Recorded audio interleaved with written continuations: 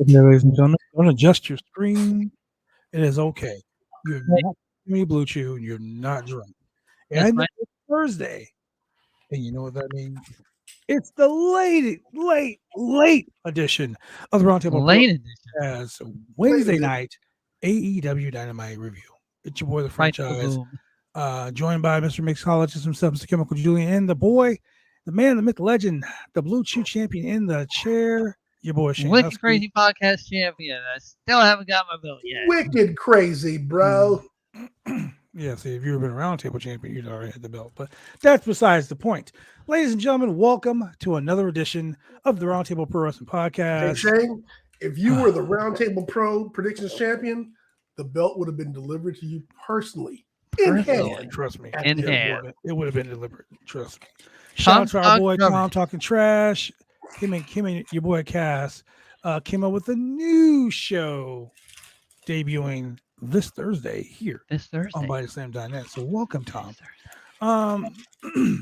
Look, man, I want to thank everybody that tuned in on Monday when I wasn't around, the ones that were sending me messages, text messages, tweets, Snapchats, all that Veer shit. Mahan. Sending messages over to Shane's OnlyFans to hook up with it. You know, all you guys, thank you very much for tuning in to find out how I was doing. Hey, sometimes a man needs to take a physical and mental break. Luckily, I have two of the best co-hosts in the industry right now that can Of take the course, show when I I'm the need it. favorite around here. I'm the favorite. No, Julian. No, keep your hand down. Anyway. Oh man. It's been a day. Yeah, Thursday. And the knee is still hurting. I'm still on the mend. I got 24 hours before I gotta get up and get on a plane. Counting down the days of me going to Florida vacation. You going to Florida. Gonna go Vacation. see Papa Husky, huh? Yep. Shane's gonna Papa go Hut. there. Shane, are you gonna wrestle an alligator?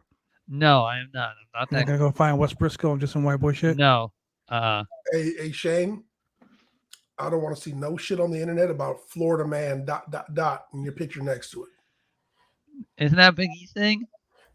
We don't want to see a picture of your ass on Twitter, Talking about Florida man.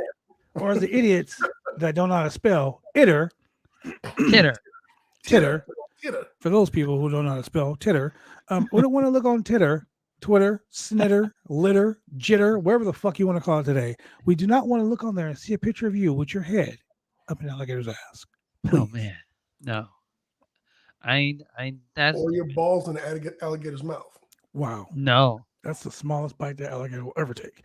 Anyway, ladies and gentlemen, let's get into it.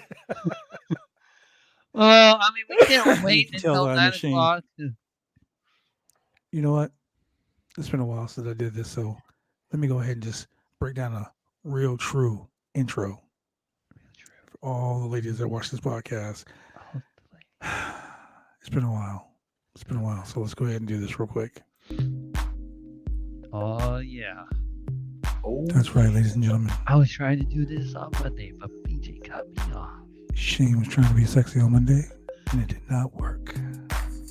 So, for those who watch the podcast, if you were interested in becoming a slamtastic slam chatter, it's simple, ladies and gentlemen. You can go If you to can't spell, it's just- www.slamchats.com. That is www.slamchats.com. For all the people who can't spell out there, it's slamchister.com. SLAMCHATS.com. For your boy, the franchise, the man to the right, mixologist himself, Mr. Chemical Julian, Venmo. and the man in the Cashier. chair, PayPal. Shane Husky. Got my first Twitch payment. Welcome Visa. to the Roundtable Pro Wrestling Podcast. A Dude wipes. Dynamite review. Black Card. Wow. American Express. Anyway, ladies and gentlemen, welcome to the review. Once again, Thursday Julian. morning. Julian, what have you Yes. been up to? What have you been up to, my man? Man, I spent the last 2 days in Sunnyvale, California. Wow. Were you in prison?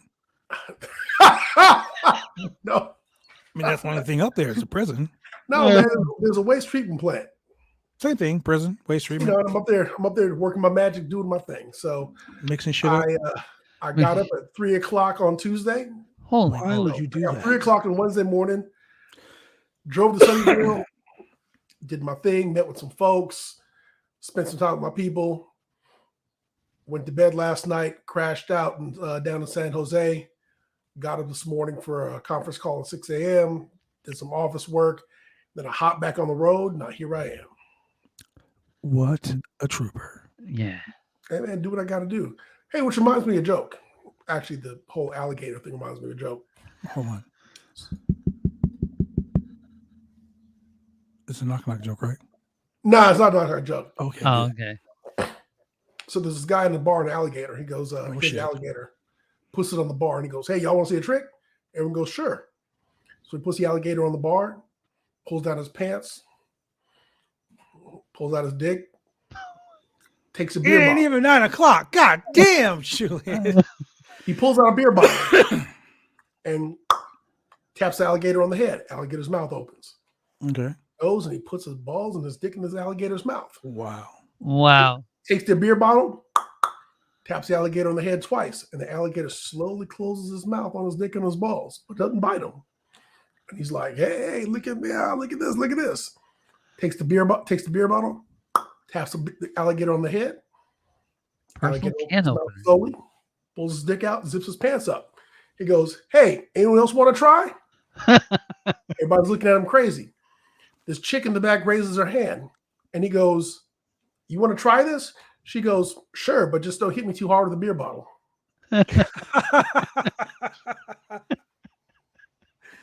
And that's what happens when you go. That's what happens, ladies and gentlemen, when you watch the Roundtable Pro Wrestling Podcast after dark. After dark, not before dark. After dark. Not It is pure daylight. 3:57, and Julian is already dropping dick jokes. Weird, yeah. I mean, to be We fair, we literally can't are. have like, I don't know, like a 5 to 7 hour stream just. It's to 9 wait on o'clock that somewhere. clock. People. Yeah, Yeah. Almost. that's Not here. WrestleMania. So Well, so let's get into it. AEW starts off with a dream match between two immensely popular stars, CM Punk and the Natural Dustin Rhodes. Dustin. I really thought you were gonna say, Goldust. Anyway, it was a pretty good old school match. Each guy targeted a limb, Yep. worked it over. Yep. I think Dustin actually broke out the Crossroads. I was like, And they wait actually a said second. the name, the Crossroads. They're not like WWE trying to change the name like the Rude Awakening or something like that. Well, sometimes in wrestling, names and gimmicks and Hey, did like that Goldust and CM Punk ever have a match? Did they ever cross over? no, Like, okay. Never. never in the WWE, never. This right here legitimately was a first time match, which is something AEW does a lot. AEW does a lot of first time matches, which brings us to another first time match that's going to be happening next week in the Owen Hart tournament. Adam Cole versus Ishii. Whew, that's going to be the shit. Okay. Anyway, so it looks like Punk is preparing for a match with Adam Page for the World Championship at Double or Nothing in Vegas, some Memorial Day weekend. What are your thoughts, Julian? Or a triple threat match between Adam Page, Adam Cole, and CM Punk. I really hope not. Adam Cole doesn't need to be in another. There's so many times that you can just do a match over and over and over and over and over and over again. In the words of Roman Reigns, this isn't over and over again. This will be Adam Cole versus Adam Page versus CM Punk. Now, Adam Cole and Adam Page again, it's like missionary. Nobody likes missionary. But with CM Punk thrown in the mix, this gives Adam Page here's an idea. He might steal the win. He might steal the win. He would serve as nothing but the spoiler so that Adam Page could lose, CM Punk can lose, nobody looks bad. And of course, Adam Cole looks just fine. Yeah. I mean, a triple threat for the World Championship at Double or Nothing will be money. I can see something like that happening, but do you really want to see Adam Page and Adam Cole in another match again? I mean, if that happens, there has to be a 50-50 booking. I'm sorry, it's not 50-50, WWE. It doesn't have to be 50-50 booking. No, My it bad. can't be 50-50. No. Can't be 50-50 booking. But what I'm saying is, like, this whole scenario. Well, this wouldn't be 50-50. This would be 33 and a third. 50-50, and then you have 3 of them, and then 2.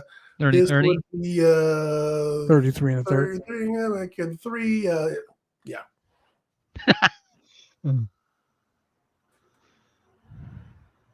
And your winner and still champion. So the winner of this match, of course, CM Punk. If I had to give this match a grade, A+. I would give it a B+. It was kind of slow. It was kind of slow. It was slow at first. So you know what? Here's the thing. I won't say that it was slow simply because Dustin Rhodes was never a fast-paced wrestler. Never. As Goldust and even as Dustin Rhodes, he's been pretty methodical. And CM Punk is very methodical during his matches. Now he steps it up, when he hits the GTS or he goes for the high knees in the corner and things like that. But he's neither of them are really spot monkeys, to say that, to put a term on it. So it was a slower paced match than what your AEW fans are used to, because there wasn't like a whole bunch of flippy shit. But both of these guys did their usual thing, and I thought it was good chemistry. The psychology in the match and the storytelling was great. Like, you can only get that from two like legit vets, guys who know how to stretch out a storyline, even if it's for like an 8 or 10 minute match. Yeah, it worked really good. AEW is really good at having matches where they tell a great story. The only problem I have with this match, and the reason why I gave it a B rating, is I'm sick and tired of the roll up of doom. Wait, has he done that for the past matches? Shout out to Simon Miller. Who did a fucking roll up counter last year. Also, ended up going at like over 100 by April. Not even a full year. 100 roll ups. So here's the thing: if that's a surprise roll up, and you've been in this business for years, you should fucking know how to counter that. Do you know why you see the roll up of doom so often? Xavier Woods. Because it's the deadliest move in professional wrestling. Oh my god. Simon Miller. It's like malaria. It kills the most people in the world every year. Yeah. Well, it's like fucking hippos. You wouldn't think so, but they out there killing motherfuckers on a regular. Don't want to mess with hippos. No. Dude, hey, hippo. Like my daughter would say, it's like a bunch of deer mauling people to death. Hey man, you know how many accidents a year deer cause? Hey dude, 3 largest causes of people just like losing their lives and careers: malaria, aka mosquitoes, hippos, and the roll of doom. Okay, so like I told my daughter the other day, I had never heard of a fucking, a deer attacked this guy in the woods and ate his ass to death. Never heard of shit like that, right? Never heard some shit like that. So the roll up of doom is almost as bad as the Rock's people's elbow. Almost as bad hush your mouth. As the 5 knuckle shuffle. Yeah, you hush your mouth. Almost as bad. You shut your dirty mouth right now. Look, it's almost as bad as the finger poke of doom. No. Whoa. Devastating moves. Whoa. This is a large basket you have made here, my friend. Look. What are you going to put in there next? The ball and elbow? Balling. Yeah, I'm going to do that too. No. Hey, man, look. The roll up of doom is a technical masterpiece. Oh my god! Because if you don't get the momentum of your body just right to bring, it's like judo. You're gonna mess yourself up, and you're gonna mess someone else up. You got to take the other person's weight and force the momentum over and cradle them just perfect, and then hook that leg in and make sure that their shoulders are on the mat. Yeah, it's a masterpiece. I love the fact that you guys are trying to sell me on this shit, but you know what I'm gonna do? My very last wrestling match, I'm going to come up with a finisher so fucking devastating that no one, not even God himself, is going to be able to kick out of this move. You know what it's going to be? It's going to be the bitch slap of doom. I'm just going to stand there and go, that's it. No, you can't do that. You got to reach back. No. First, you got to take one of those little travel size containers of talcum powder out of your pocket. You got to put it in your hand, and then you got to go, and then say, No, see, It should be the gentleman slap where you take off your glove and just like smack him across the face. Oh, I've done that during hardcore matches. You see me, Shane. I'll take the glove off and start slapping people with the glove. Referee can't disqualify you because it's part of your gear. Yeah, I mean, shit. true. Well, they can say you're disqualified for using my boot as a weapon. I wear the boot. Sorry that it's on my hand. But yeah, I just thought it was kind of funny that the roll of doom was the spot that did it all. So anyway, most devastating move in professional wrestling today. oh my Jesus, it is the most devastating move in all of sports entertainment. Also, Victor Nash. Whoa. This is AEW. Exactly. This is professional Professional wrestling. wrestling. Hey, people do the roll up of doom and they roll around the ring like doing tumbleweeds. Yeah. Hey, sometimes that's a cool ass spot. Anyway, so I get that match B. Shane, what do you give it? Yeah, B plus. All right. I mean, Rhodes taking a bump to the floor, doing the whole knee injury gimmick. I'm just saying, man. By them hugging at the end of the match, it was a pretty good thing. And then Hangman Page and the stare down. Yeah. Anyway, all right there for the most violent match on the show. The BCC, not the BBC, ladies and gentlemen. Are you sure it's not the BBC? The Blackpool Combat Club versus Brock Anderson, Lee Moriarty, and Dante Martin. So here's my thing.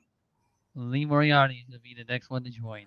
I was going to say Lee Moriarty is the next one to join.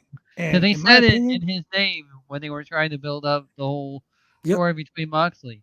They say Dante Martin, Lee Moriarty, and not Brock Anderson. And Moriarty is the hometown hero. Like, he got a huge pop when he came out. Yes, he did. But Lee Moriarty is really good. He's one of the best young athletes, all AEW. And, I mean, he's internationally traveled. The guy's been all over the Indies. The guy kicks all types of ass. But to be in the ring with Brock Anderson and Dante Martin, do you really think they're going to upset the Blackpool Combat Club? No. I mean, we saw the BCC beat the shit out of the Gun Club last week. And we all know Billy Gunn is so big. He's so big. He's the big show of AEW. He's the White Omos. Wait a minute. Hold on. Did you say the White Omos? You cannot. Don't you ever disrespect Billy Gunn that way. Billy Gunn has more talent in his ass-shaking booty shorts than Omos has in his 7'4" frame. With his moldy ass jacket, his moldy ass jacket couldn't compare to one of the fucking cowboy boots of Billy Gunn. Hey man, you put respect on the name of the raccoons that died for the fur of his jacket. Oh my gosh. Respect. Anyway, it's just this was. I like the attire that they wore. Who, the Blackpool Combat Club? Yes. The all black and white and silver. Oh yes. I mean, they showed up to kick some ass. Wheeler Yuta is so fucking excited to be part of this shit. Like, he is showing up and showing out every fucking match. For him, this is just a step. This is like the Beatles saying, "Hey, we need like a fifth dude. You want to come hang out with us?" Fuck yeah. You know what's fucked up? For him, it's like WrestleMania. For Moxley and Danielson, it was just Wednesday. Him just Wednesday. It was like, just Wednesday. He's like, I just want to eat at the same tables, y'all. That's it. I do want to be with the cool kids. He's like, I want to be one of you. I mean, honestly, though, hopefully they all get to travel together, and this dude just gets to absorb, all the shit. Just learn as much as he can. Just get all. I mean, you got William Regal, man. Come on.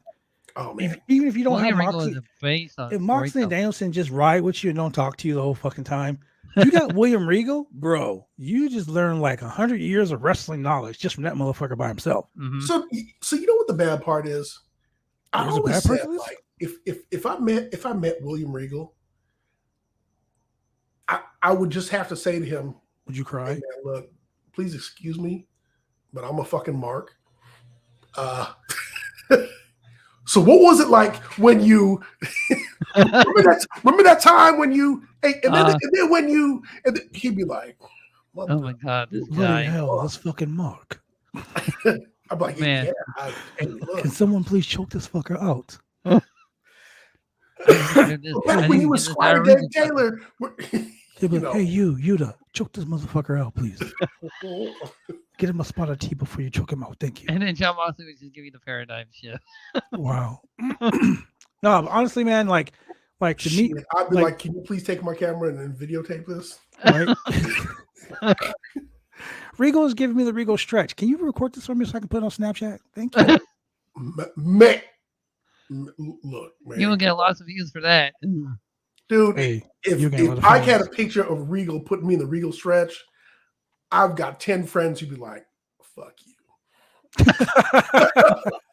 Fuck you. I'd be like, yeah. You stretch me out, motherfuckers. How about you? Yeah. You stretch me out. Very funny. Shane, we don't want nobody stretching you out, buddy. Yeah. Stretching you out is a whole different get down. Anyway, it was a pretty energetic match, trios match, and I love the fact that they're building this faction.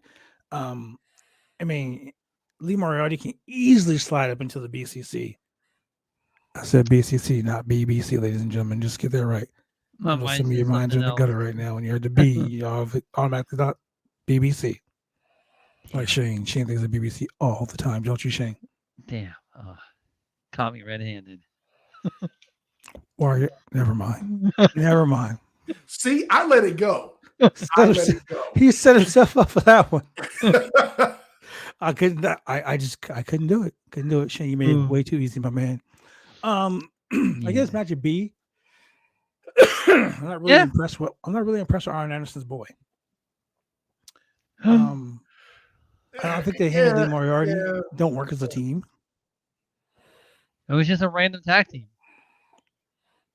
So here's the thing. So you're putting together a faction. Your ideal faction is 5 people, 5 guys and 1 woman. 4 guys and a woman. Tag team champions, champion woman. So here in AEW, be 4 guys and a woman. So it'd be your tag team champions, your TNT champion, your world champion, then your women's champion. They gotta bring in my girl. They gotta bring in the professor, man. She belongs in there. Oh yes, Serena. So which goes back to my text. I was like, her and Sheeta still fighting? Bro, they're gonna kill each other next week. It's gonna be a murder. Philadelphia street fight. They're like Sami Zayn and Kevin Owens. I mean, this shit just don't stop. Look, when Sheeta said, "You want to fight? I will end you," I was like, "This bitch got a fucking kendo stick. She already beat your ass all over the building. She talking about chopping your head off with a sword. Yeah, she's the fucking female Drew McIntyre. She's talking about killing you. Drew McIntyre's sword. And she talking about, and this is gonna be a Philadelphia street fight, man. Oh man, just saying. When 2 women hate each other, street fight, man. When 2 women hate each other, that's one thing. And shit. Man, it's gonna be crazy. So this is the funniest thing of the whole night for me. And I just want to know, Tony Khan, do you snort like a fucking line of crack before you come out? I mean, there are rumors saying that he does. I mean, I know he smokes weed. Because he smokes some with Big Swole, but he allegedly snokes cocaine. Hey, I don't give a shit if he does or not, but that motherfucker was excited when he came out. He was like, I want to talk to you guys about my big announcement. And he's walking back and forth, my major announcement. And then all of a sudden, Adam motherfucking Cole. Then he was like, hey, Jade, come here, bend over. All right, back to the wow. I ain't never been with a baddie. Oh man. Wow. Fuck. I don't know what to say. Demonetized. Demonetized. That shit happened in the moment when the screen came on. Yeah. They were like, oh, Roundtable guys are on demonetization. Wow. So I mean, you know, like I said, the BCC, the Blackpool Combat Club easily won that match, not the BBC. Then we go back to, like I said, to Tony Khan. Tony Khan makes his major announcement. Major announcement is something that we talked about on the podcast 3 months ago. Correct. Yes. Now, we already knew. I'm going to go ahead and just put it out there like this. AEW, Ring of Honor, New Japan Pro Wrestling, pay-per-view in June. What is it called? The Forbidden Door. The prohibited gate. Oh no, that's WWE. No. The screen door is open, buddy. The gate has been swung wide open. Yeah. So Tony Khan introduces the New Japan Pro Wrestling president, who comes out, and they don't say shit because before they do, Adam Cole interrupts him. Adam Cole puts over the fact that the pay-per-view is on this day and that they can't do it without him and blah blah blah, and then they introduce Jay White, the leader of the Bullet Club. Jay White comes out, basically shits on Tony Khan and the New Japan Pro Wrestling president. The entire wrestling business. The entire wrestling business, and said that it's about not just the Bullet Club. No. But the what do they call themselves? The undisputed elite. And he also said, I single-handedly sold out Madison Square Garden. True statement. That match with him and Will Ospreay single-handedly sold out. Single-handedly. So, Jay White, with that being said, can you imagine the matches we're going to see? Oh my God. People want to see CM Punk versus Kenta. You can see that now. Oh, and the thing that really bothered me about this whole announcement, like I already knew it was happening. We talked about it months ago. The only thing is that really bothered me about this announcement was that Kenny Omega wasn't the one that made it. That should have been Kenny Omega. Dude, here's the thing. He's a heel on camera, whatever, whatnot, but he is Mr. New Japan to the United States. Yes. If you're going to have an AEW New Japan show, Kenny Omega has got to be on the show. Victor Nash has put some respect on Jay Switchblade White's name. Hey, Victor, I like Switchblade. I think Switchblade is fucking awesome. Yeah. I know he ain't no Kenny Omega. Doesn't like Switchblade. And you know what? They're crazy. I'm just saying, Kenny Omega should have been the one to make that announcement. You know how I feel about Jay White. Yep. He has all the wrestling tools. He just has a personality for you. Yeah. So, I mean, that's fine. Great. So let's do this. Just don't set the building on fire. However, that spot belongs to Kenny Omega. It does. Oh, yeah, it definitely. Totally does. Kenny Omega is the reason why I got New Japan Pro. Kenny Omega is the reason why there's so many Joshis in AEW. 1 o'clock in the morning and watch Wrestle Kingdom. Yep. I know we were gonna do a stream, and I was like, I ain't gonna stay up all night. Maybe it will Kenny Omega is the reason why there's so many Joshis in AEW. Mm-hmm. He books the Joshis, like he is the coach for the women's wrestling matches in AEW. All the Joshis that come over, like Hikaru Shida and all of them. Yep. Okay, so here's the thing. I want each of us to fantasy book 2 matches for this pay-per-view.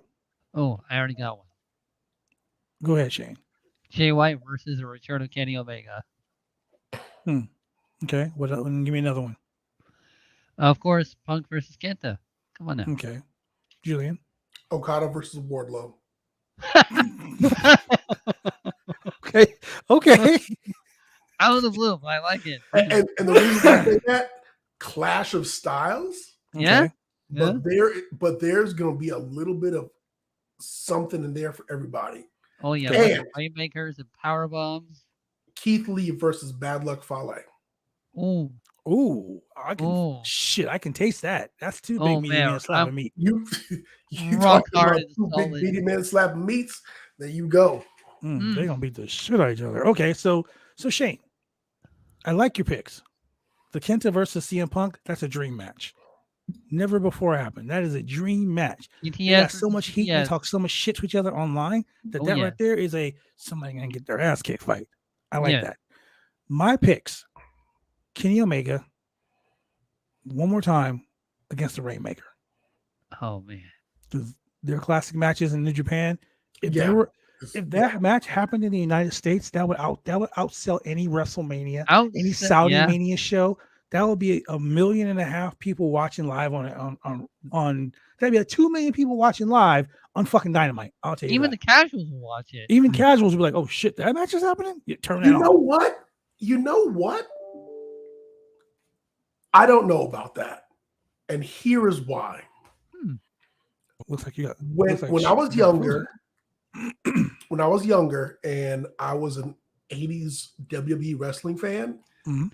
I thought Macho Man Ricky Steamboat was the most boring shit in the world. That match was phenomenal. Correct. Because I was a kid who liked the cartoon. I liked the gimmicks, the cartoonish shit, whatever. As I got older and appreciated the product, that was the shit. There's a lot of people out there that, so when I stayed up for, so that match is why I got New Japan Pro. That's what I stayed up for the first time when Wrestle Kingdom was on, and I stayed up till 1 o'clock in the morning to watch that match and went to bed at 5 a.m. Was not disappointed. I was so glad I stayed up. I mean, it was phenomenal. However, casual fans will never appreciate it because the technical classic that these guys put on doesn't necessarily have the style and the flash and the shit talking and the flair that draws in your fringe commercial fans. It'll draw in your core fans. So no. So if you got Kenny Omega versus fucking the Rainmaker and it's hyped up like the way it was in New Japan, even people that don't like wrestling will be like, dude, this is fucking epic. Like these two dudes are gonna fight for a fucking hour. Like, dude, so that's the thing. Like so New Japan Pro buy rates have been okay, and you would so by all stretches of the imagination as you and I as professional wrestling fans, we think that New Japan should be on fire in America. They should be selling out arenas out here. And why isn't New Japan bigger and like out in MSG and selling out Levi Stadium? But their matches are so technical and it's such a Japanese formula that it brings in core fans.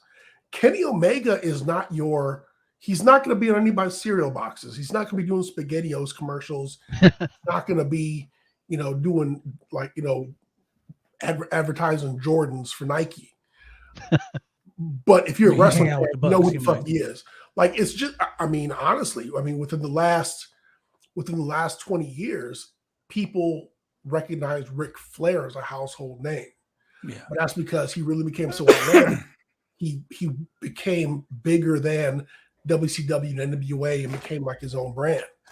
But Kenny Omega and his matches are really for core fans. And so if you're an NFL guy and you're like, oh, wrestling's on, and you sit down and you watch a match and the flair and the posing and the shit talking and the whatever isn't there to draw you in, the drama of the emotion that there's emotion, but it's not the kind of emotion for the general public. Yeah. For the wrestling fans, oh yeah. But for the general public doesn't get into, oh, he's working the leg. Oh, he's not going to be able to hit the one-winged angel. Oh, he's fucking up his arm. He can't hit the Rainmaker. Da, da, da, da. And so that's where that little bit of disconnect with the general public is. And so you'll get your core audience. And I think if you had a number of and this is what AEW should be doing, or what they're supposed to do. They're on TBS. They have a large platform, and they should be able to sprinkle a little bit, show some old matches, show these guys going at it before, and use your announcers to explain what's going on and why. Oh yeah, build it. Give it. I mean, it's April. This is happening in June. Yeah. So you actually have 2 months from today. Saturate the market with it. They have 2 months from today to build that shit up. If I were them, I mean, they started off by putting Ishii in the fucking in the Owen Hart tournament, which is great. If I were them, I would legitimately bring Okada over and give him a squash match. Just put Okada in the match against somebody over here so they can see, oh shit, this motherfucker is legit. Man, this guy can make it rain money. And give him the New Japan entrance with the money coming from the ceiling and like the big grandiose intro. Because when people see that, they're gonna say, wow. And that's what, like, I've been telling people this for almost 30 years. As a professional wrestler, what brings the crowd to you, what makes the crowd like you, what builds you up to the crowd is the first 30 seconds out that curtain. Right. You can be Joe Schmo from fucking Albuquerque, New Mexico, and nobody will know who you are. If you got a fire ass intro, you just gain some fans, or you just piss some people off. Exactly. Also, Either Victor way, Nash's you win. picks for the Victor Nash, Kenta versus Samoa Joe versus CM Punk versus Ishii. Man, I got another one. Tetsuya Naito versus MJF. okay.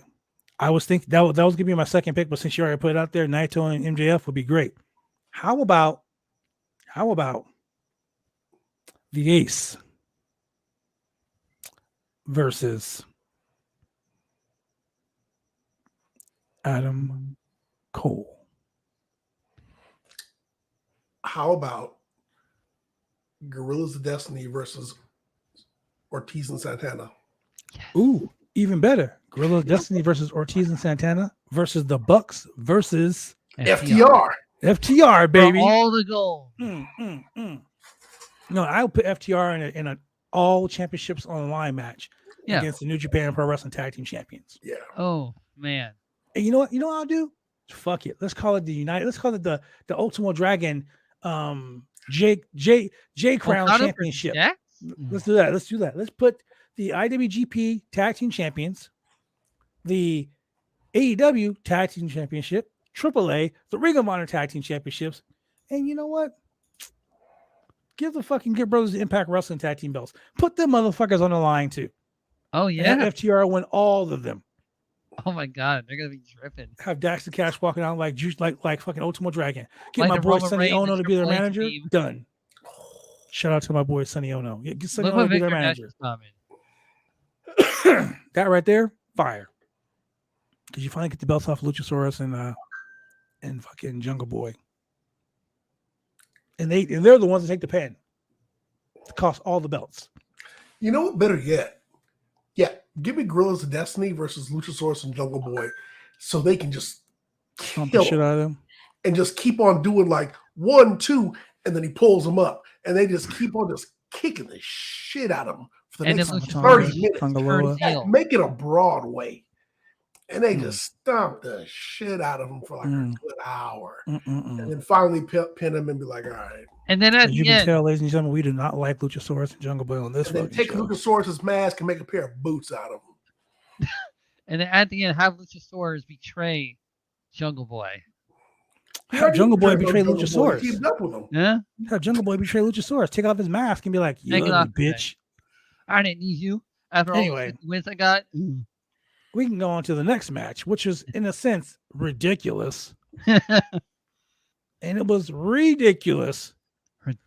But the fans were chanting Bullet Club throughout the whole thing. So the fans are excited for the Bullet Club to be back in the Undisputed Elite Club.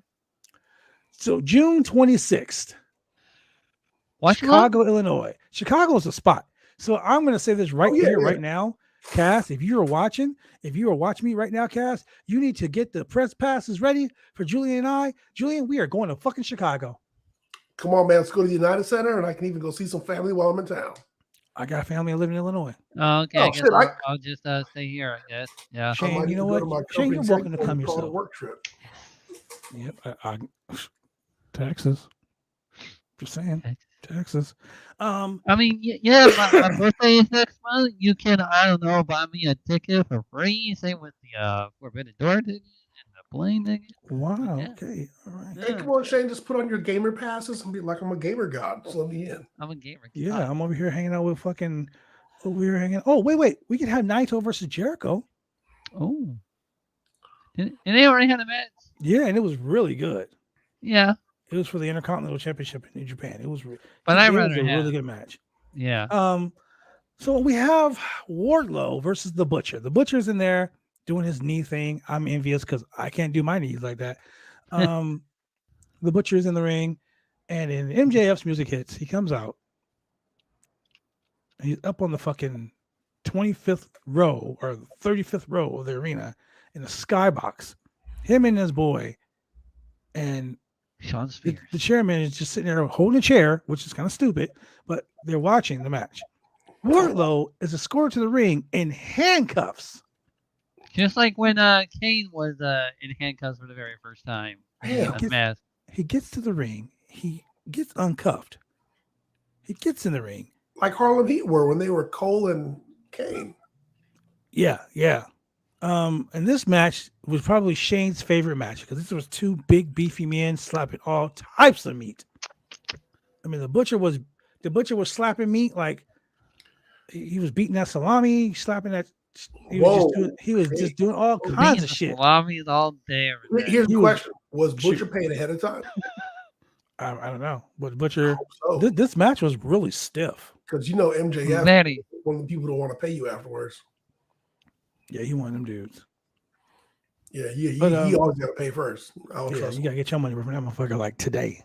Oh, you want me to kill someone Friday? Give me that money 2 weeks ago. Yeah, because you got checks and your ass can't cash. So the butcher commences attacking the war dog, the war pig, whatever you want to call Wardlow. Wardlow hits him solid with 4 power bombs. Yeah, without surprise. Like just symphony on his ass, just hitting his tune up the band and just dropping him like a sack of potatoes, just over and over and over and over and over again.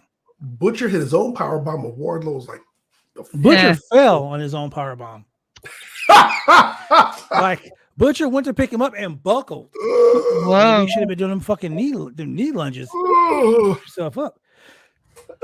So Butcher bumped himself. He did the Rick moves. MJF got up. I mean, Wardlow got up, just grabbed him, was like, that's it. Boom, boom, boom. Rolled him through. Butcher fucked up the roll. Rolled him through. Boom, gave him another powerbomb, and then pinned him. Now, this is where it got funny for me. Because I'm going to get this match a B+. But as Wardlow was leaving the ring, he got handcuffed again, and he looked at one of the security guys, and he goes, and the security guy takes the bump. I was like, this fucking guy. And also, he was didn't have his own theme music. He was just coming out for the chance of Wardlow. Wait, who took the bump off the popcorn in the face? Oh my god. The popcorn of doom. Yeah. See, that's the shit I'm talking about, man. I can't do that. Popcorn of doom. So Wardlow laughed after winning, knowing the showdown with MJF is going to happen one of these days. Double or nothing. What does MJF do? MJF freaks the fuck out. He freaks out. He's going to put Wardlow in another match next week. So wait a second. Why does he get to put Wardlow in matches? I forgot because he owns his contract. Never mind. Go ahead. He don't own nobody else's contract. Yeah. So it's like I'm like, Shane, next week you're wrestling a broom. And the week after that, you're wrestling a mop. And the week after that, you're wrestling a rag. Then you're gonna wrestle some soap. Then you're gonna wrestle a box of Blue Chew. Then you're gonna wrestle your never mind. And you're gonna lose to all of them because that's the way I booked the show. Wow. I don't think the Booker likes me. Yeah. I respect you, Booker man. Anyway, so that match was actually pretty good. And a lot of people were saying that's sort of a star-making moment for Wardlow. No, Wardlow's already a fucking star. Yeah, he's already a star. And the people that are already bona fide. AEW can make their own stars.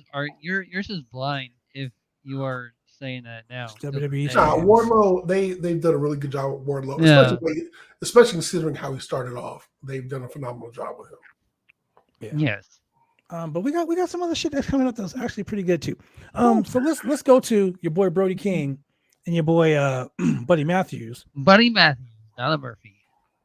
I don't know if you guys caught the subtle references they were making towards Edge and I didn't catch that, in their promos. They were like talking about biting and bloodlust and brooding. Like those are all those are all punches at Edge because Edge came up and was like, I was part of the brood and blah blah blah. Who fucking cares? Because you guys are Wish.com version of this group. He was part of the brood, but he wasn't interesting in the brood. True statement. Anyway, so next week they're gonna have a match, and I don't know, like their promo was kind of confusing for me. Were they talking about Julia Hart? Probably. I mean, I don't know. Still had that. Maybe they weren't. Maybe they weren't. They got to be vague. They were like super vague. I was like, Like, okay, Trying to there. keep it. Can't be creepy. Yeah, it was creepy. All right. Anyway, then we have the Owen Hart Men's Tournament qualifier, Jungle Boy versus Kyle O'Reilly, and finally, woo, finally, man. the Best right match of the person won. 5 stars. I'm gonna give it freaking stars. I'll give it a fucking 5, man. I mean, I'll give it a straight A+. Because Kyle O'Reilly out wrestled, out pimped, outplayed, did everything. He out Jungle Boy. Did you see the sign that says Kyle fears Von Wagner? Yeah, I saw that. My fans are this match, it was really imperative that Kyle O'Reilly went over. Because all the credibility that Red Dragon has gotten, should have won the they've tag lost last week. All those losses to fucking Jurassic Express and so are we all the shit. They just became Adam Cole's bitches. Since Jungle Boy lost to Kyle O'Reilly, are we to now believe that Luchasaurus is the power behind Jurassic Express that lets them win? I mean, that's so right there. That's usually what they mean with the big guy on the team. Yeah. But then again, who knows? But tonight, Kyle O'Reilly had a clean pinfall victory. No chicanery, no shenanigans. Or clean. Just straight up above board, clean finish. I mean, this match was sponsored by Clorox. Man. Mr. Clean. Made your socks super white with that clean. Anyway, it was a good match. On our men's tournament qualifier. I'm glad. Is Luchasaurus going to be in the qualifier match? I hope not. I hope not. No losers. I like Lucha Underground Luchasaurus. I don't like this Luchasaurus. There was one part where Jungle Boy did a springboard arm drag right into fucking Kyle O'Reilly's arm breaker. Yeah. I was yep. And Kyle O'Reilly totally no-sold the overhead suplex into the corner. Yeah. The brain buster. He was like, you're going to fucking work, bitch. None of this fancy smancy shit. Yep. This is the Kyle O'Reilly that I like. Not that cool Kyle gimmick that he had in fucking NXT. None of that bullshit. No. This right here is Kyle O'Reilly that I like. And the way the match went was so like, how can I say this? It was Victor Nash said it seemed like Jungle Boy was hurt before Kyle O'Reilly jumped off the top. Yeah, he was butthurt because he was going to lose. Oh man, he was down hurt. Yeah, he did seem a little. He was expressing the hurt. He did seem a little off, didn't he? Oh, because you're going to take the L. Oh, he was like, shit, I got to go fucking lose. I hate losing. It's not in your contract. Oh. Is he the full Goldberg and trying to put a politician in? Let me tell you something about politics, man. Politics don't belong in wrestling. If you want to become a politician, go run for office. Exactly, Goldberg. Like, no, even on a local level, like go run for office. Stop being a politician, dude. Just if your work rate isn't good, I'm Goldberg. And the bookers and promoters aren't putting you in the positions that you think you need to be in, step your game up. Don't go politicking shit because you're a politicker. You're just a bitch. Yep. Jesse Ventura did it. Nope. And he went to politics. He said, "Fuck the wrestling shit. I'll become a." He's like, "I'm out." He's like, "I'm gonna go book my state." So yeah, exactly. So then we go to a backstage promo with your boy Eddie Kingston. He said he's gonna whoop Danny Garcia's ass on Friday. Now this match is set up because Jericho's Appreciation Society, as well as Santana and Ortiz, are all barred from ringside. Everybody. Really? So are they really barred from ringside? Here's the deal, though. They're barred from ringside. So what's going to happen is Kingston gonna drag that dude to the locker room, and they gonna all start fighting in the back. Yeah. Jungle Boy was on his stomach and didn't move before Kyle jumped down on him. That sounds really bad. Victor, yeah. I'll check into that and I'll make sure. You say no more sleeps on the stomach? Wow. Wow. So then we go to one. Julian, tell me how you really feel about Jungle Boy. Then we go to one of the oddest moments of the night for me. We got your boy Frankie Kazarian backstage. Frank is getting a shot at the TNT Championship. Just see and this is where the commentators fucked up. They said, we're going to go backstage to Frankie Kazarian and Scorpio Sky. And I was like, okay. I thought they were going to reform fucking SCU. And he goes back there and Frankie's by himself. And Frankie's like, I've been in this business a long time and I've been doing this and that. And I want a shot at the TNT championship. Sounds like Triple H. And then Sky walks in and says, hey, man, look, I asked you for a favor many years ago. We formed SCU, all these tag team titles, all these single titles, 406 days undefeated. And I'm going to ask you for a favor. Wait off, hold up, let me score a shot with the TNT title, and I'll give you a match when I win. And Frankie was like, okay, hold on a second, Scorp. You got it. I was like, what? That's his friend. That's his friend. Let me tell you something. Just Excited and I, we friends, tag team partners, but if the world fucking championship was on the line, sorry, bro, I'm getting my shit. Hey, now understand, Scorp just lost the title. Yeah, shit. He gets his rematch clause. No, there's no automatic rematches in AEW. Says who? Apparently, Tony Khan. Wow. Wow. Those are the expressed opinions of Chemical Julian and Julian's alone. They do not reflect those of the BuySam.net or the Tony Khan, he's going to have a rematch. That's his rematch. Right there. Wow. Hold on. Anyway, got it. So got it. Then we get the moment of the night, the moment that finally got my attention. What you were waiting for? Yes, because I was excited for this because the TNT Scorpio Sky came out. I mean, the TNT champion came out, and he came out with Ty Conti, and they're in the middle of the ring. Ty Conti looking like Ashanti from that fucking video with her and Ja Rule, the Grease video where she's all dressed up in her heels and it's not like her thing. Like that's what they look like. They look like fucking John Travolta and Olivia Newton-John in Grease. All right, so they're both in the middle of the ring, and the crowd is booing the shit out of them. They really hate Sammy Guevara. I mean, I don't like Sammy Guevara personally, but regardless, I don't give a shit. Yeah, I agree. I don't give two shits about what you do in your personal life off camera. Okay? If you are the TNT champion and you are engaged to someone and that person breaks up with you, so fucking what? You know what that means, right? If you are in a relationship with someone and they break up with you and they have nothing to do with wrestling, who in the blue hell are the wrestling fans to give two fucks? Am I fucking Ty Conti? No, then why should I care? You know what that means, right? That means on the new season of Temptation Island, Sammy Guevara, Pam, and Ty Conti. Oh my God. Pam doesn't even give a fuck. Pam is on Twitter. She's like, have fun. Go live your life. Pretty much. Like she's not doing the fucking what's her name? Kimberly. She ain't blasting all over fucking Twitter. No. She's like, whatever. Have fun. All right, life. yeah, have fun. That's what people need to realize. Personal shit should never make it to social media. People can't help it.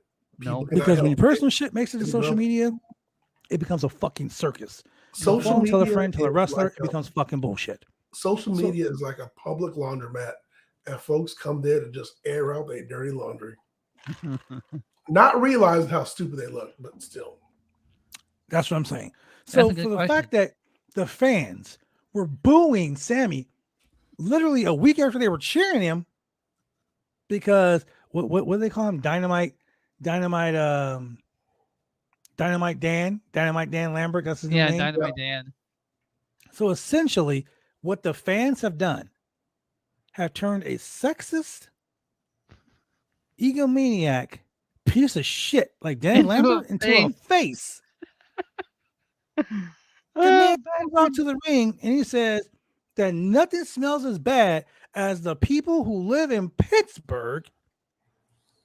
That you guys are all losers cheering for Ben Roethlisberger. Like all of this shit. Like he says all of this shit. And they're cheering him because they're going to boo Ty and fucking Sammy. Sammy, I don't like Sammy personally, but Sammy had the best fucking line of the night when he You're said, just mad. "You're just mad because my girlfriend looks better than yours."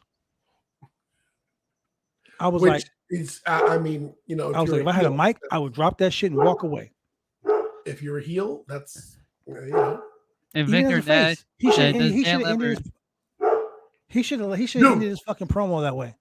When Randy Savage was a heel and Elizabeth was his manager, the reason why he was such a heel was because Elizabeth was hot and he treated her like shit and she never left him.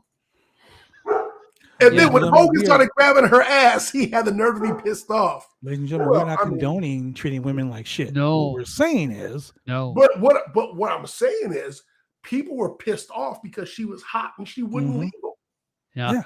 Yeah. People were like fucking like, fuck this guy. How did this guy get such a hot girlfriend? Yeah, pretty much.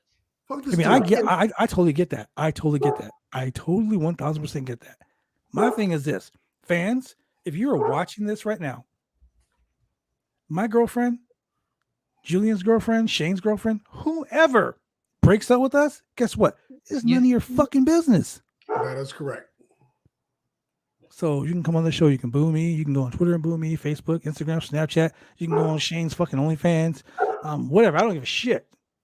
But guess what? Your opinion doesn't fucking matter in my personal life.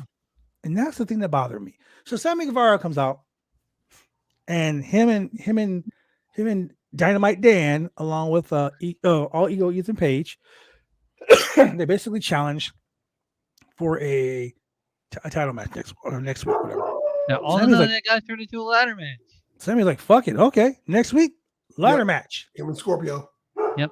And Scorpio that's gonna be a pretty good match next week. It's for the it's a TNT title rematch. Scorpio Sky, Sammy Guevara, and that's it. Does Dan Lambert still have the other TNT title? I would hope not, because the TNT title has all kind of cooties, sex juice all over stains. Wow. I was trying to be politically correct. It's still 447. So Harold Kumar, love stains. Okay. So then we get the match of the night for everyone. Your boy, the handsome devil himself, Hook. You don't even know. Debuts. You know, Hook has a tattoo that says mom on his bicep. I just want to know one thing. It looks like Hook get his hair done at the same place that Mary from Something About Mary got her hair done. Yep, sure does. Because I mean, I'm a 70s kid.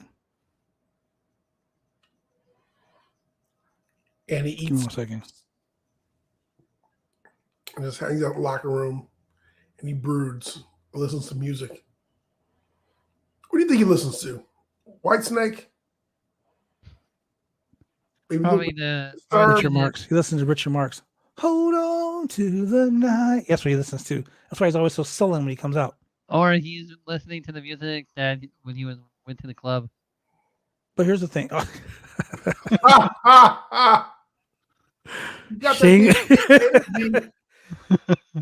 Shane with the zinger. So Hook made his debut. The match didn't last long. But I gotta say this about his opponent. His opponent's really fucking great. Anthony Henry is one of those guys that has been around the industry for a long time. He is tough as nails.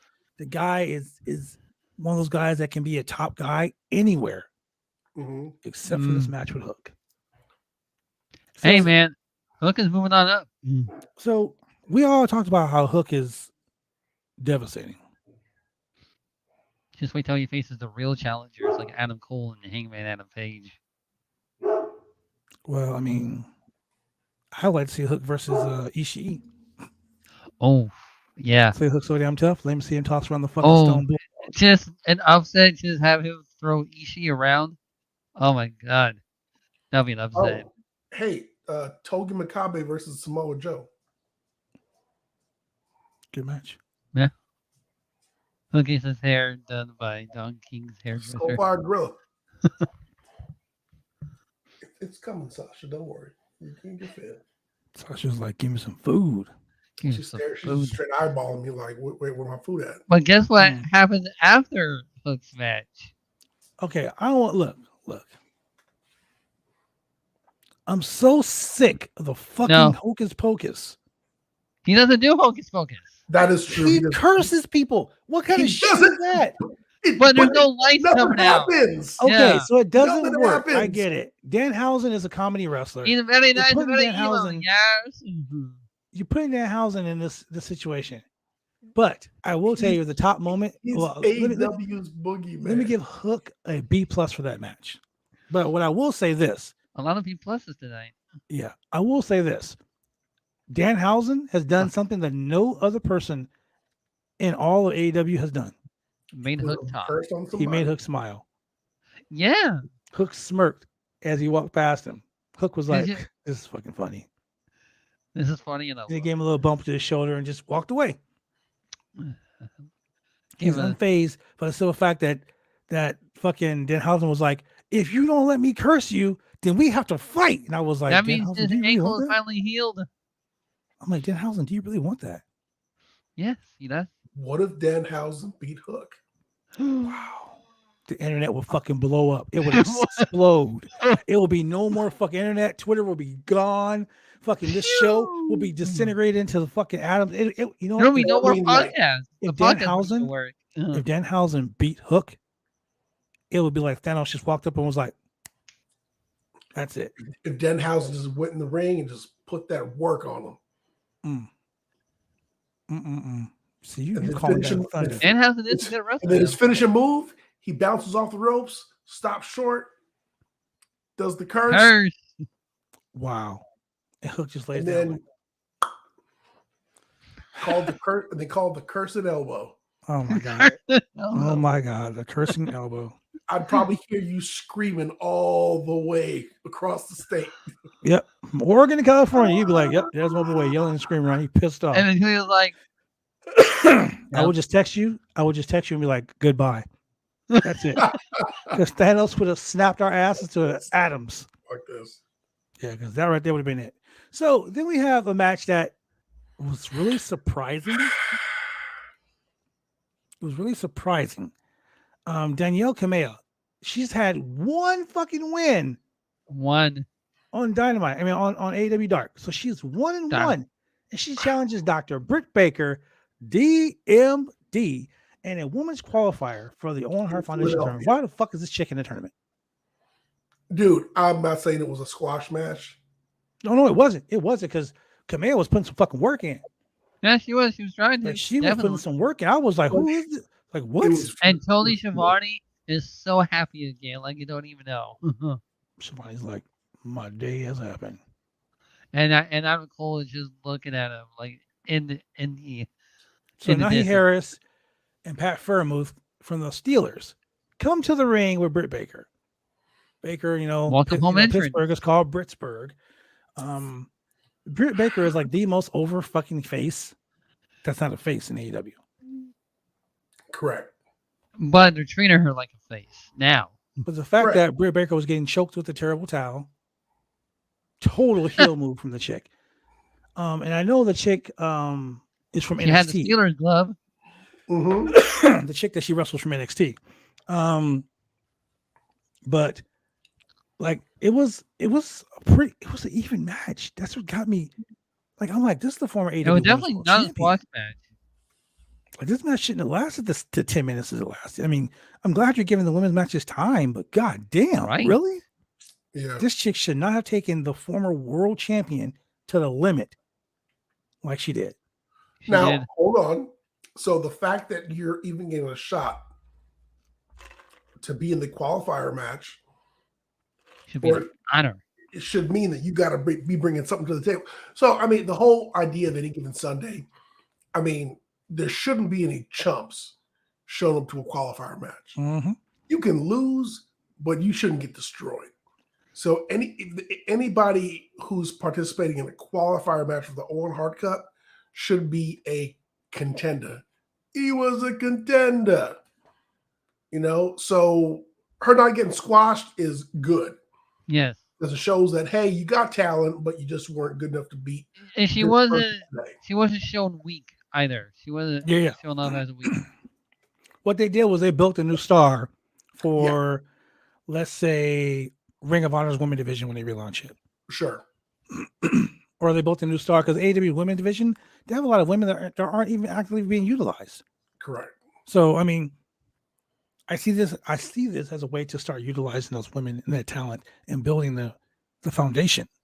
But what I didn't see is the fact that it took the former world champion who defeated everyone in the division 10 minutes to beat an NXT cast off. Like, no offense to her, but I'm sorry. Mike so the champ puts the lockjaw on. She hasn't wrestled in a while. She had a little ring rust on her. Yeah. The champ puts the lockjaw on, wins the match. Now the champ, in my opinion, I'm gonna call her the champ because she's always the champ. Shout out to my girl Thunder Rosa still, but regardless. So after this is over, Britt gets on the mic. The crowd's digging her. She knocks Toni Storm, which was funny. She was like, "Honey, there's gonna be a lot worse things to having cake in your face in this show. Oh, you might want to quit this company too." Oh no, they can't have WWE out of their mouth. It was funny, but she kind of came off as a heel once again. A heel and a but did you realize she said her girl Jamie Hayter was going to go over on Toni Storm in the first round. Yep. And then she did say that but she didn't come out with Jamie Hayter or Rebel. No. So I don't know. Let me get to our main event. Coffin match. Time for talking's over.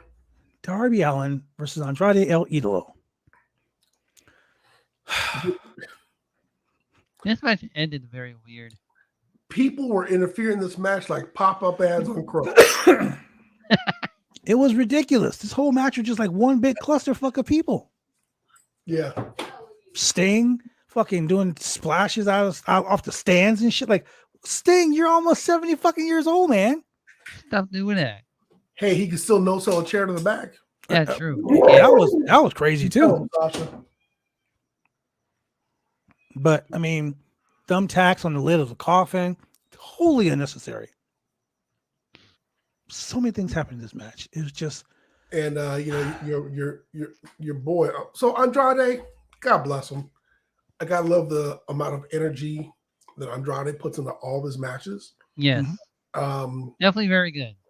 Dude can give a beating and take a beating at the same time. He's always consistent. He does good. He's smooth. He's clean. Executes great moves. I loved him when he was at NXT. He's a great worker. This Andrade family office thing is trash. Gotta go. Whatever. But he should have just stuck with the whole black mask thing and just come out and murdered people and just call it a day. He should have hired Bill Worthing. I just gotta say this before we go any further.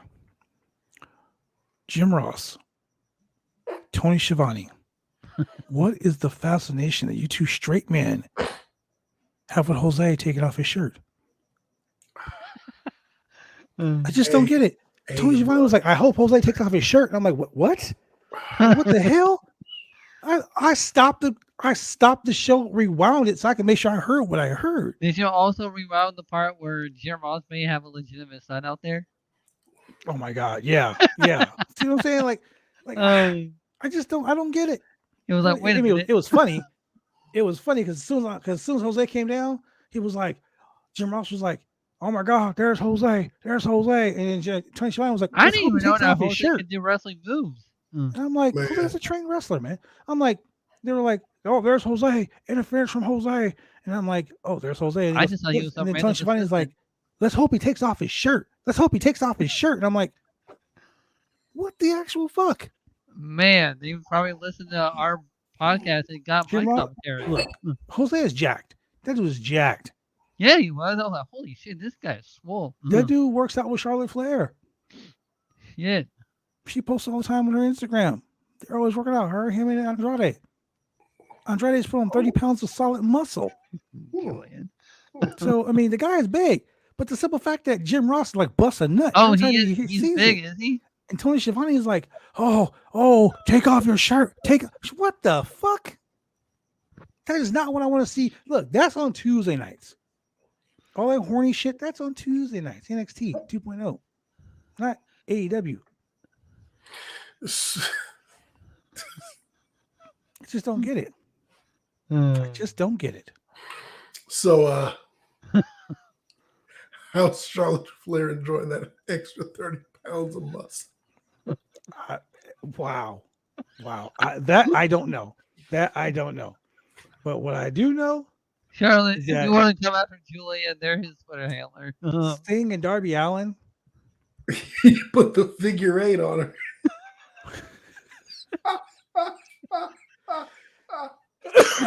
Anyway, ladies and gentlemen, Darby Allin wins the match by slamming the lid on top of Andrade. Yeah. So it was a violent casket match. Give it a C. It was a casket match. Yeah. Give it a C. Darby Allin's top rope suicida, still based suicida onto Andrade into the coffin. That was the best spot of the match for me. But it sure didn't end weird though. Really. So you know what's really funny though? Why does Sting come out mid through the match and help Darby battle all these motherfuckers? Right? Whoa! Sting forgot. Sting didn't come out.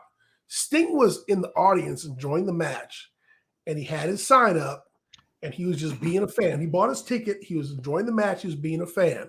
So he was being a John Cena. He was just in the audience, just being himself, trying to be incognito.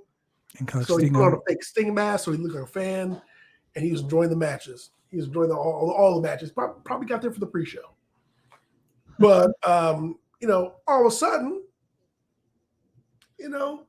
private party dude got to come up and tear up his sign. That's just rude. But guess what? They started it. You know what? He every show, every house show, probably stuff that's not televised. He probably sees a sign and he tears it up. He's like, "Yeah, fuck you." But guess what? He tore the wrong dude's sign. Mm-hmm. Wrong dude. Tore the sign of an angry old man who paints his face and carries a black bat with him. Just to beat your black ass. And he just put it to him. And he beat his ass down the ring. And even when he thought he had the upper hand and he took a chair to his back, this old man was like, "That's all you got?" Like, really? That's all you got, me? I've been getting hit with chairs since I was a baby. You ain't no like Bobby Lashley was like, "Come here, smack." Yeah. Put that Stinger just stood up, just like, "Argh." He didn't give him the Stinger yell, but and just took it to him, showed him what's what and who's who. I mean, but the thing that really bothered me about this whole scenario was this. Sting was out there mid-match, beating that ass, helping out his partner. Now, for weeks and weeks and weeks, every time the Hardys get their ass handed to them, here comes Sting and Darby Allin. Why the fuck did the Hardys wait till after the match was over? They were dancing to come out. Because they don't care. They're heels. So what it looks like to me is we're going to have a Sting, Darby Allin versus Hardys match. If they do that, you got to do it at Double or Nothing. Oh, yeah, definitely. And Sting and Darby got to go over. They got to beat the Hardys up because, Hey, the Hardys are heels. Like, do you really think that after all these years, Jeff Hardy hasn't perfected the Swanton Bomb? He's got it perfected, but because he's a heel and he's just trying to destroy the competition, he's been hitting the shit wrong and just killing motherfuckers left and right. Yeah. Mm-hmm. Taking out the competition. Yeah. Jeff Hardy hasn't forgotten that Victory Road match against Sting at all either. I mean, well, hey, you know what? He lost the belt because that motherfucker was 12 sheets to the win. Not 2 sheets, not 10 sheets. He was 12 sheets to the win. Yeah, Shane, that motherfucker was 12 eggs short of a dozen. That was a full baker's dozen right there. That fool was 12 eggs short of a dozen, bro. That fool was higher than Rob Van Dam. He was so high. Where'd you get that shit from? Yep. Mm-hmm. He was like, happy 420. And I'm like, it's the 21st. He was like, damn, I'm really high. Motherfucker, it's June. I was partying. Motherfucker, I was partying. He's like, I've been high since Monday. Monday, January 1st. Day one. Oh my God. Anyway, ladies and gentlemen, that has been your AEW Dynamite review. Woo. So join us tomorrow. We'll join these two gentlemen tomorrow because hopefully I will be on a plane and my knee will let me. Regardless, crutches be damned. I'm going. Airplane leaving, never coming back again. Wow, don't say that shit. I hope I come back. Knock on wood. Well, once again, thank you for everyone that that checked on me while I was off the show. I got two of the best co-hosts in the business, Chemical Julian and my boy Shane Husky. You can follow Julian on Twitter at Chemical Julian. You can follow that dude Shane. Yes. Go support Shane. Go to his fucking Twitch stream and support this dude. Go like, click, and subscribe on his shit because he got his first Twitch affiliate paycheck. Yeah, I got my first Twitch affiliate paycheck. Okay, so Shane, he's now affiliated. Shane, how much was it? $161. Shut the fuck what? up. Are you kidding me right now? Yep. Look at you. And all you do is play games on Twitch? All I do is play games on Twitch. And make creative wrestlers and make dummies and fools and just dummies and fools. Speaking of creative wrestlers, my future project for creative wrestlers is one step closer to being a way done. I just gotta make the trailer for the future series, and it will be just about that time again. Oh my God! Tell us, give us an insight. Well, all I have to say, it will be a former champion going up against a former undefeated man that was the holder of a briefcase. Oh, yeah, undefeated man who's a holder of a briefcase. Yeah. I never knew there was this much money in Roblox.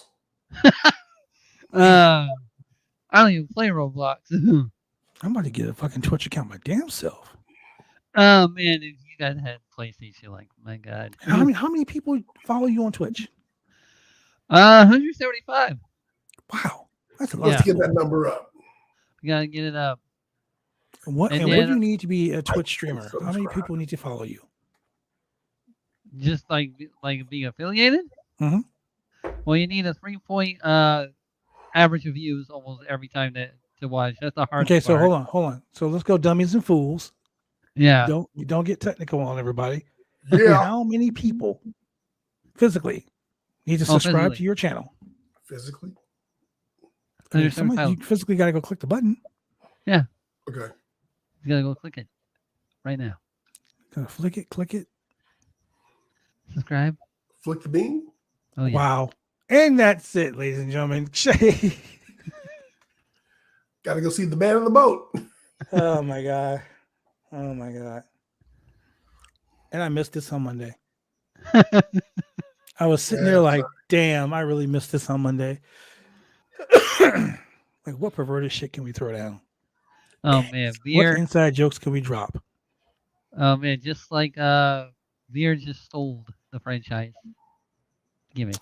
Veer can take his ass back to motherfucking IKEA. I am not satisfied with Veer. Yeah. The whole Veer.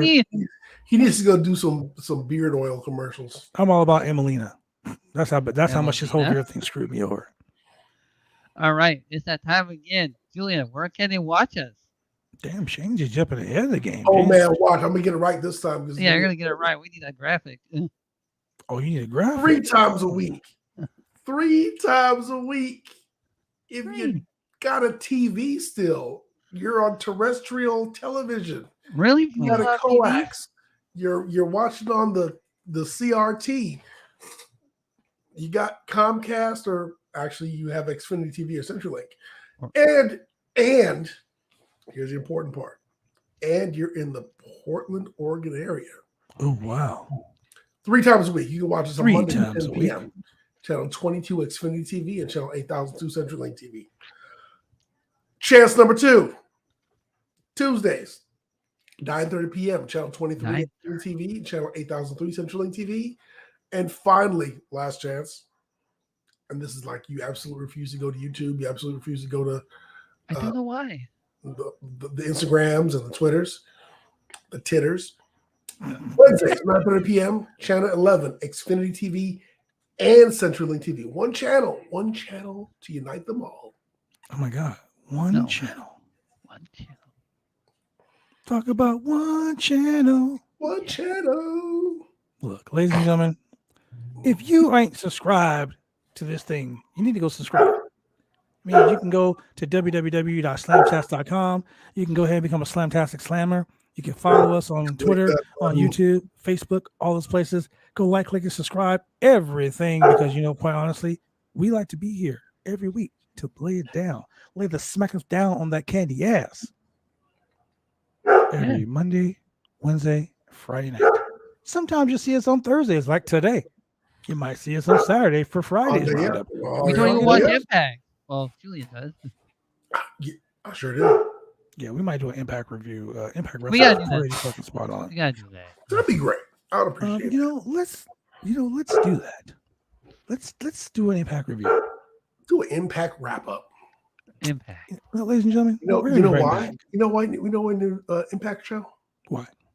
So we can catch up with the one-man rock band. Oh my Jesus! Later. Your boy Heath Slater. Did you watch That the latest episode of Impact Wrestling?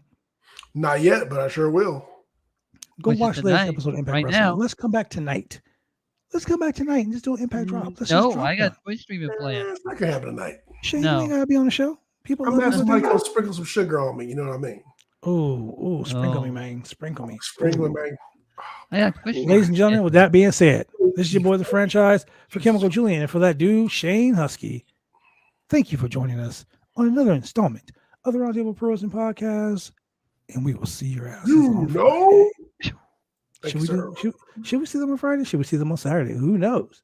Tune in, like, and subscribe if your ass want to find out. The only way you'll know. Cares.